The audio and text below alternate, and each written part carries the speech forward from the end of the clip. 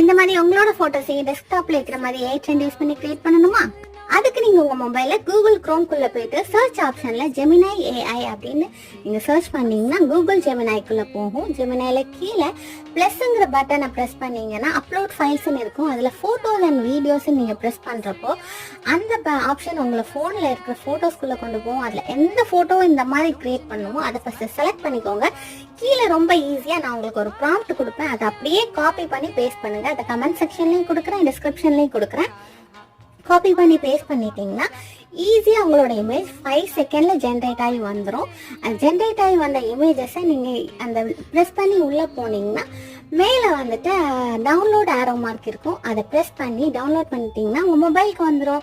நீங்களும் இந்த ட்ரெண்டை ஃபாலோ பண்ணிக்கோங்க. உங்கள் ஃபேவரட் பர்சன்ஸ்க்கும், ஃபேமிலி பீப்புள்ஸ்க்கும், ஃப்ரெண்ட்ஸுக்கும் நீங்களும் சொல்லிக் கொடுங்க. இதே மாதிரி நிறைய அப்டேட் பார்க்கணுன்னா எங்களோட சேனலை சப்ஸ்கிரைப் பண்ணிக்கோங்க.